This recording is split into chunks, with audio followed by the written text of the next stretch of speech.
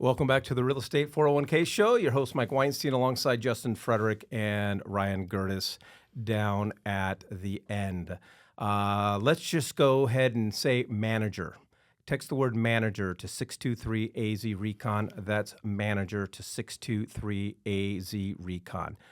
One of the most important questions that landlords need to ask themselves is, am I going to self-manage this property, or am I going to hire a professional property management company to manage the property?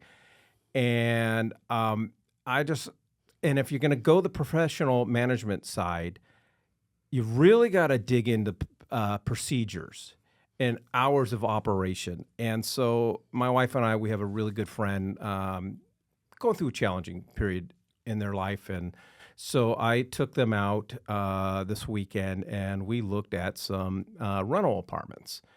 And she definitely had a list of properties to take a look at. And it was interesting to me on how many of them were not on the MLS, for starters, these big property management companies, and she found them on Zillow and Realtor.com and so forth, but a lot of them weren't on the MLS. So I'd say, one, if your property management company doesn't put it on the MLS, you've completely removed every other licensed real estate agent from being able to find that property and possibly show that property. But the other thing that I found was interesting with these big management companies, Ryan, and it was just mind-boggling, is they are not open on Saturdays and Sundays, and they're not open on or on evenings when people are looking at rental properties. And so we had a couple of rental properties where my client was interested in and really ready to pull the trigger, but there was no way to even get that application processed and get a deal inked by the end of Sunday. And so the owners of that particular property missed out. There's something to be said about the first part of that statement, so I'm going to kind of derail a little bit, but I promise I'll bring it back. So the number one distributor of content for rental properties is Zillow.com. And they've created a perfect platform for it. It's kind of like, we call it the Wikipedia of real estate. While there is a lot of good information on there, you can put anything that you want there at all. So you could list your friend's house for rent without their permission or without their knowledge onto Zillow. And so... Yeah, good joke. Yeah, Justin's going to be getting a lot of knocks on the door this weekend. It might be a fun prank. Obviously, I'm not saying that you should do that, but what I'm saying is that people have done that. There's been scams out there.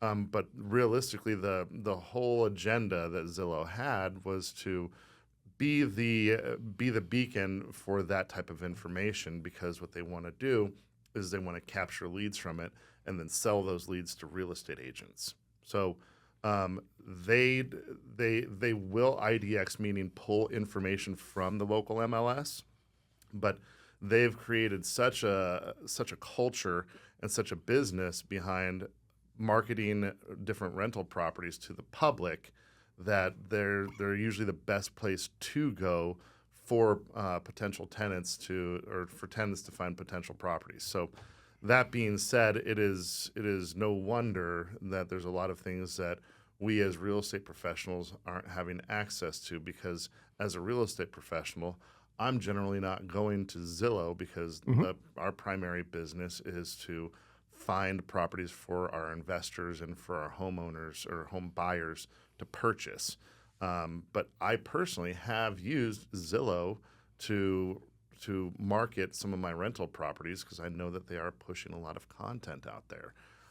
So it doesn't surprise me. It's actually probably a good thing if you are looking to not manage or not hire a property management company and you're wanting to do it on your own, then I would say definitely list it on Zillow. Absolutely. It's probably the best thing that you can do if you're trying to do it privately, and you will get a good amount of activity. I mean, I can't disagree with that, but going to those people that want to hire a professional management company, going with well, it's really what questions do you ask? Because, some of the properties that we took a look at, had property management companies that were maybe other real estate agents that did property management, as opposed to these big corporations, these big giant companies that had basically bankers' hours. And I'm a property owner, if I'm an investor and I want to rent my property, what questions do I need to be asking whoever I'm going to hire? Because if I hire a company that is only open from 8 to 5 Monday through Friday, and there's a lot of would-be renters looking on Saturdays or evenings, and you can't get a hold of anyone with the amount of rental properties out there, there's too many to choose from to not make yourself available. So I made a mistake a long time ago, wanting to be so involved in understanding how the sausage is made. At the end of the day, my questions revolve around results. And so do I think that it's a better business model to have somebody available while people are actively looking for properties to go look at them, et cetera? Absolutely. I don't know how you can come up with results without doing that. But at the end of the day, I'm going to want to have a discussion with whoever's going to be managing my property, saying, all right, I want to know what the average days on market are for this property. And if the average days on market is 14 days, and I even put a little asterisk there because of the Wikipedia of real estate and putting it on the MLS, it's very difficult to data mine because there's so many different platforms to market from. But let's just say that we're using the MLS, okay? And we understand what the average days on market are before we find a good qualified tenant to take occupancy. I want to understand what those numbers are versus what the actual results are of that property manager. So if the average days on market are a month, but they're averaging 20 days, then I get excited about that. I also want to know what the margin of difference is between average rental rates on that versus what the actuals are. So if my property generally rents out for $2,000 a month and their number is $2,100 a month for a property like this, that's a big green flag for me. If we're looking at $1,900 a month, then it's a red flag. So for me, those are the two biggest indicators that I want to focus on. And then the other tangible / intangible is, what does it look like after tenant moves in? What are we doing to preserve the integrity of the property itself?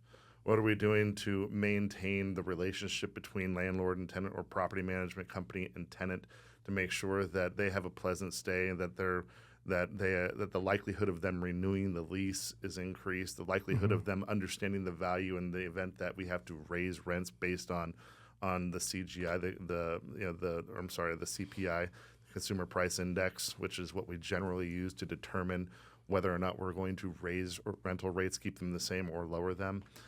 So I want to understand what their actual results are. And then above and beyond that, because I'm not a professional property manager, I don't want to be, then I'm not going to dig too deep, because results generally speak for themselves. All right. If you have questions about property management and our team, we have some great relationships with, which I would classify some of the best property managers here in Maricopa County. And for me, it just kind of depends on where your property is at, would determine who I'd introduce you to. But we have some great folks that our team uses. And if you'd like some more information, all you got to do is text the word manager to 623-AZ-RECON. That's manager to 623-AZ-RECON. All right, Justin, you've got investment properties yourself. And I would say the first question that we generally get from people who are thinking about hiring a property manager is, how much is it going to cost me? I don't necessarily think that is the most important first question, basically, and really going with Ryan's point of what are results. Because if I can save $35 a month with this property management company, but it sits vacant for 2 months, it doesn't really matter. But what are some of the key questions you're asking? What are some of the key things that are important to you when it comes down to somebody who's going to manage your rental? So you nailed it right there. I mean, I would manage my properties myself if I had the time to, orchestrate everything and meet up with people. But typically, with our line of work, I'm tend to doing transactions or applications at those specific times, and I got to be available to keep that income coming in. So I feel like availability is key here, which I feel like availability brings results in this market because you typically have people coming to you as long as they're listing everything. I want it listed everywhere. I want the property listed everywhere. But just like you said, Mike, to me, I would rather have more of a cost and get the property leased rather than it sitting there and having to make a couple payments because that's going to eat up all my costs for a 12-month lease. If whatever it's costing me for a more expensive or it would cost me more to pay those payments than it would for an expensive rental management company. But I think availability is huge for me. As long as and I want to know what your contractor's like. Do I have the ability to use my own contractor if they're charging a ridiculous amount to fix something? How quick are your contractors to respond to issues? Because if it takes them a long time to get out there and there's an AC that's busted, most likely they're going to be moving from my property. I want my tenants to be taken care of in those situations because I want them to stay. I want them to feel like this is convenient. Why would I move? This is great. And I want them to have that feeling too, because there are increases that will happen over the life of their rent if they're staying there. But those are my main questions. Yeah. One of my main questions, and in addition to these, because all of those questions are fantastic questions, is I want to know how many properties you are managing. And not to say that you can't be managing too many properties, because if you're managing hundreds of properties, then walk me through how many people are working for you. Almost like a caseworker. If Ryan's my caseworker, how many properties is he responsible for, and can he reasonably address any concerns? Because I'm not necessarily going to say that these big giant property management companies out there are necessarily all bad. They're not. Availability again to me is key. You can be managing hundreds, if not thousands, of properties, but if you got enough people to work the phones and handle the issues. You can't have one person managing 800 homes and realistically be able to be responsible for collecting rent, and then when rent's late, being able to issue the notices and take care of all of those phone, because it's the 10 o'clock phone calls when I was managing my own properties that would just stress me out because they don't call you at 10 o'clock at night just to check in and say hi. Now, I think Ryan might have had a couple tenants that was their MO. They love Ryan. You do it long enough, you're gonna run into that. It's always 10 o'clock on a Sunday, too, Yeah. I also think that, to go into how the sausage is made, about the only thing that I really care about as far as how the sausage is made is how am I going to get paid? How are you going to cut my check? So are you doing it in monthly arrears, biweekly arrears? How does that look? Because what you have to understand is most of the time these depending on your type of relationship with your property manager, if they're handling all of the funds, which is most common, they're going to receive the funds from the tenant, and then they're going to subtract whatever expenses that were involved, and then they're going to cut you the check.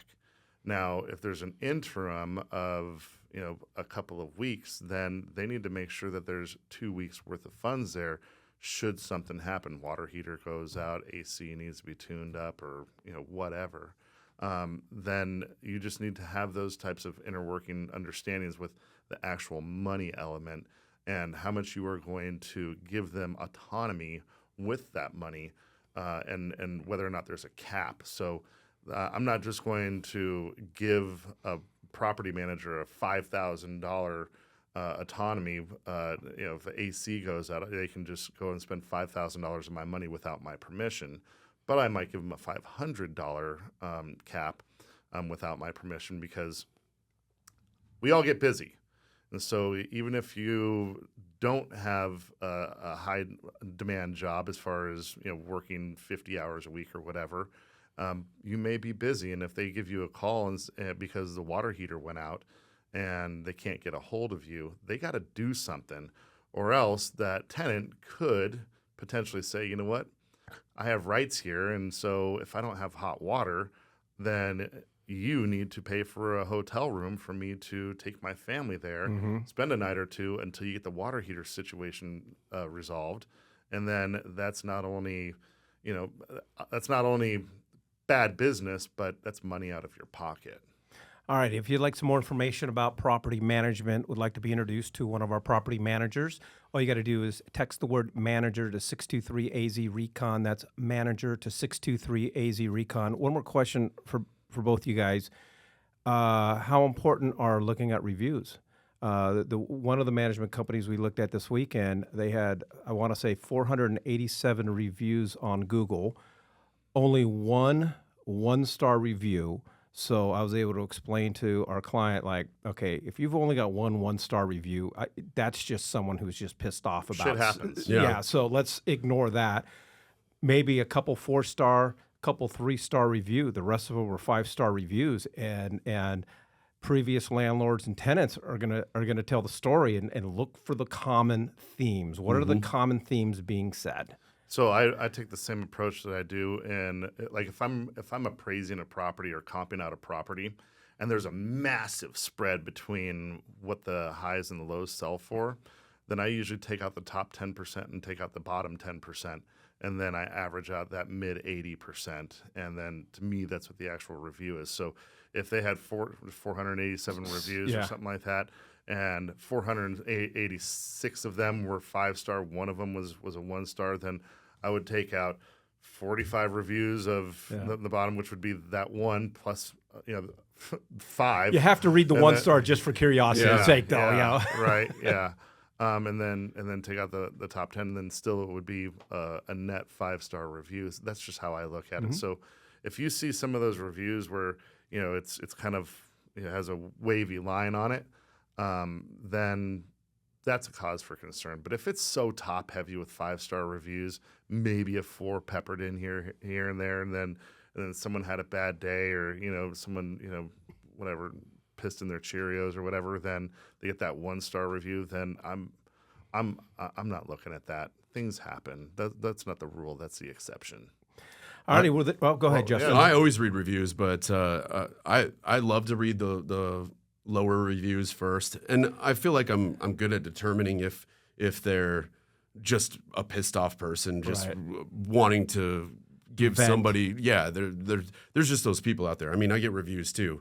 I have 1-star, and I remember the guy specifically. He just always wanted to be a pain, and he got a great deal. I don't even know why he was complaining, but I think they're important. And just like Ryan said, if they're top heavy, I'm reading the lower ones, but majority of the people are 5 stars. So I like to take out the top 10 and the bottom 10. I like that. And I have one other thought on the whole situation. When you guys review, when is the last time you gave like a 3-star review out of 5? I don't. I don't. I'm either doing 5 or 1. 5 or 1. I'll do a handful of 4, but yeah. Right. Justin? I don't think I've ever given a 1-star review, but I mean, you're too nice. Yeah, I don't think I've ever really. I am a nice guy, but I don't really think I've ever had something that deserves a 1-star. We could do a whole thing on Yelp and reviews. I love this. So the psychology, in my opinion, I haven't done any research, so I'm not going to act like I know. But when I see that, I think that, like, for me, if I either had a good experience or a bad one, and so for me, I'll rarely give a 4. It's either going to be a 5 or it's going to be a 1, because if they've pissed me off, I've usually given them plenty of opportunity to right their wrongs, and they said, you know what, we know we're wrong and we're not doing a damn thing about it. Cool, 1 star.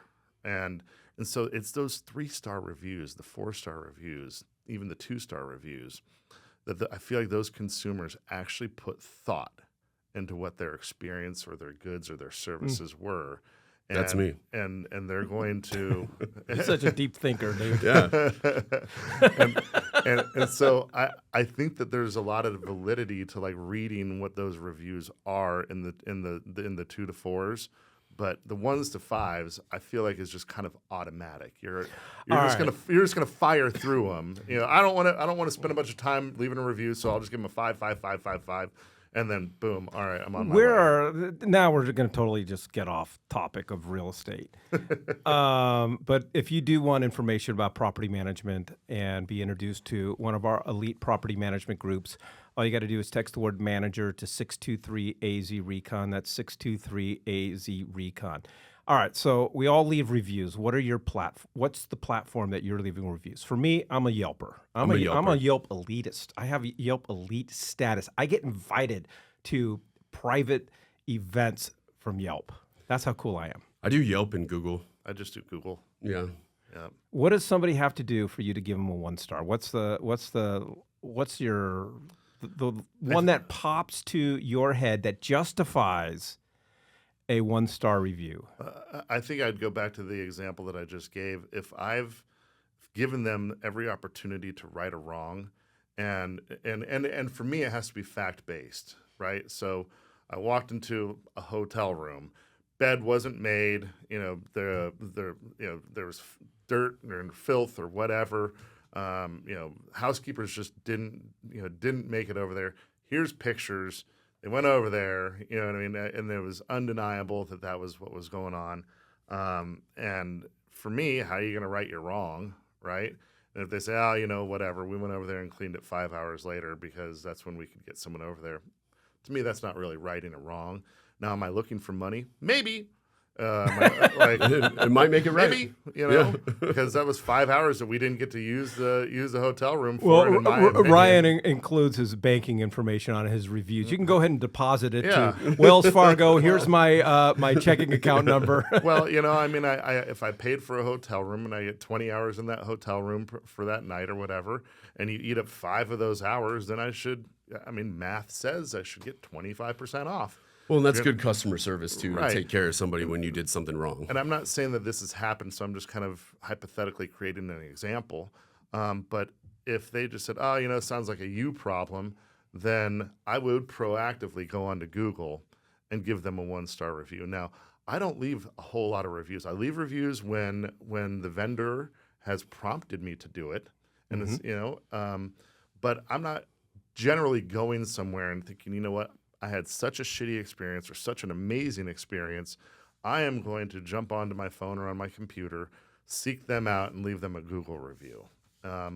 So generally when I do that, it's because I had a shitty experience, and I hate to say that because I should be more proactive in the positive experiences that I have, saying, man, that was truly a 5-star experience. I need to jump on and let them know. Justin? No, I'm good. You're good. All right. Mine was real recent, and you tell me whether this is justifiable for a 1-star review. I'm not going to call them out by name, but fast food place right across the street from my house. Rhymes with Mindy's. Okay. So I pick up my son from school, and my son is very particular about his Dr. Pepper. Like you go to certain establishments, and they got those custom soda machines where you pick Dr. Pepper, and then you pick the flavor. And so we specifically, we got in the car. He says, Dad, we go get a cherry Dr. Pepper? And so we specifically went to this fast food establishment so that he could get the soda that he wants. So we go there, I order Diet Coke, we order a couple burgers, fries, and the whole 9 yards, $20, let's call it. So then I walk over. Frosty. Duh. So, that's what you get when you go to a place that rhymes with Mendy's. Mendy's, yeah. So then I go over to the soda machine and I hit Diet Coke, and it's not colored; it's all grayed out. So then I go back up to the counter and I'm like, "Hey, do you have any Diet Coke back there?" And that's when she informs me that they are 100% completely out of all sodas because they have no carbonation. And I'm like, well, we specifically came in here for this. Now, I'm helpful. I'm going to give them a suggestion. This would have been perfect information to provide to me before I ordered a sign or something like that, because I'm specifically in for the soda. So I'm like, what do you want to do? And my son, and they just had, you could have Powerade or whatever, but nothing with carbonation. So at the end of the day, I asked for my money back, which got into, oh, well, we don't give refunds. Okay, well, I want my money back. I want my money back. I don't want to be a jerk here. Well, I got to talk to my manager, and then my manager's got to make a phone call. I'm like, well, here's my phone, whatever it needs to be. So 10 minutes later, we finally get our money back. And the looks and the stares that we got from everybody behind the counter, how dare us ask for our money back. And I just said, like I said, and I told them, all you had to do was let me know before I ordered and before I paid, because fast food places, tons of kids show up to fast food places, and most people, I think, want soda. And then it was the mere fact of how they were staring at me and giving me a hard time. I'm like, that's a 1-star review. Yeah, and for me, like I said, it might be money, but they could have easily gone over there. You know what? My bad. So sorry. We should have done that. What if we threw you an extra Frosty or threw you a burger or something like that?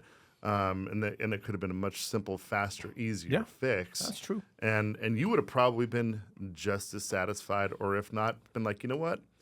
I applaud them. They were turning a potential 1-star experience into a 5-star experience, and I think that's even more. Even potent. a gift card. Hey, here's $10 for your next visit. There you go. All right.